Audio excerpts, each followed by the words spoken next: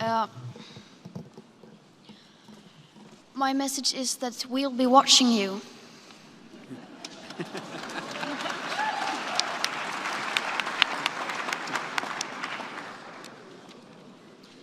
This is all wrong. I shouldn't be up here. I should be back in school on the other side of the ocean. Yet you all come to us young people for hope. How dare you? You have stolen my dreams and my childhood with your empty words, and yet I'm one of the lucky ones.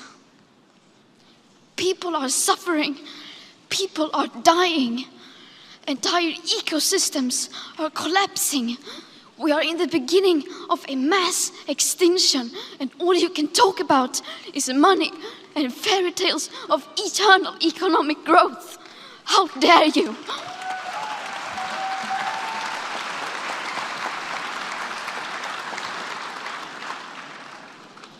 For more than 30 years, the science has been crystal clear. How dare you continue to look away and come here saying that you're doing enough when the politics and solutions needed are still nowhere in sight? You say you hear us and that you understand the urgency. But no matter how sad and angry I am, I do not want to believe that. Because if you really understood the situation and still kept on failing to act, then you would be evil, and that I refuse to believe. The popular idea of cutting our emissions in half in 10 years only gives us a 50% chance of staying below 1.5 degrees and the risk of setting off irreversible chain reactions beyond human control. 50% may be acceptable to you, but those numbers do not include tipping points, most feedback loops, additional warming hidden by toxic air pollution, or the aspects of equity and climate justice. They also rely on my generation sucking hundreds of billions of tons of your CO2 out of the air with technologies that barely exist. So a 50% risk is simply not acceptable to us, we who have to live with the consequences. To have a 67% chance of staying below a 1.5 degrees of global temperature rise, the best odds given by the IPCC, the world had 420 gigatons of CO2 left to emit back on January 1st, 2018.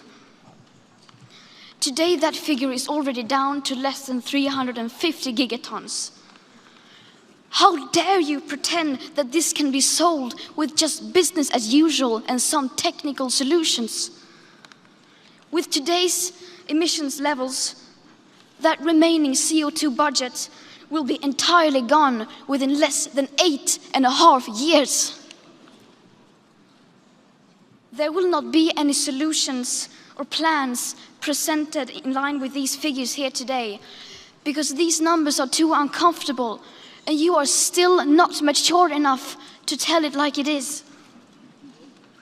You are failing us, but the young people are starting to understand your betrayal. The eyes of all future generations are upon you. And if you choose to fail us, I say we will never forgive you.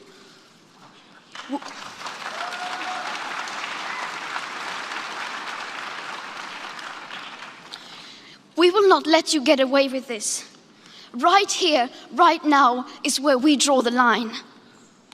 The world is waking up, and change is coming whether you like it or not. Thank you.